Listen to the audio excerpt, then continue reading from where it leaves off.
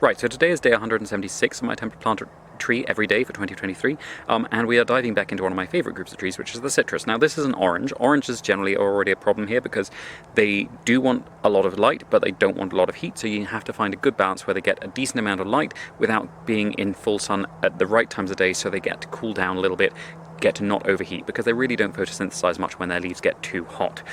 So generally speaking, if you can get the morning sun rather than afternoon sun, that's good. So that's what we're going with here. The other problem with this one is this is a blood orange, which needs to actually get cold as well as a lot of light, because in order for it to develop its very distinctive fruit, its nighttime temperature really needs to drop, which really means you need space directly up above it, which means we have to expose it at least in the hottest time of year to the midday sun to achieve that.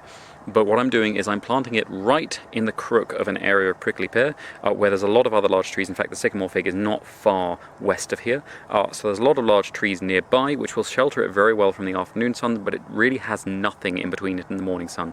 It will eventually have a fever tree in there, but they don't cast a deep shade, and also if you forget to water a fever tree for 3 weeks, they drop all their leaves and die. So it'll be very easy to manage the amount of light being blocked by that.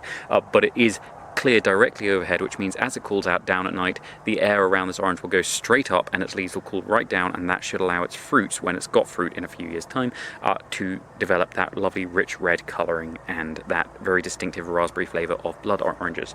Because this is surrounded by cactuses anyway, we don't really need a succulent prickly barrier, but we're going to be going with a piece of Alanieriensis anyway, which should just add a nice little sort of extra look, and it'll spread out a bit and add a little bit more shade around the base of this without really interfering with the leaves, which are the part that really need the temperature change in the light.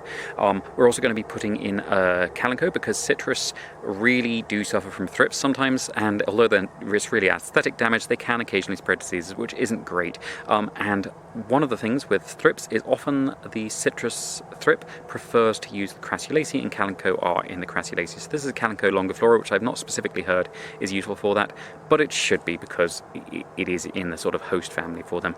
Now, on top of that, we're going to be adding a couple of extra toxic barriers. So we're going to go with a couple of pieces of the Jatropha podagraca, which is the Buddha belly, which is a very ornamental, very weird little succulent, very good and toxic, not too closely related as far as I know to anything else in here. And again, it'll be a very interesting little bit of flowering, which should bring in a few more interesting pollinators to the area, as well as being a toxic barrier protecting the base of our little citrus from anything that might try and nibble on it. And then finally, we're going to be putting in a piece of Senecio de Carya, another very distinct chemistry. So this is in the Asteraceae, but it's one of the more sort of toxic plants in the Asteraceae related to the ragworts. And additionally to that, it is going to have a lovely open yellow flower, which should be very attractive to a lot of the pollinators in season. And that should be everything for today, so thank you very much for watching. I hope you have enjoyed it, and if you didn't enjoy it, thank you for watching anyway. Please tune in again tomorrow, because I will be planting something else. I don't know what yet, so it will be fun to find out.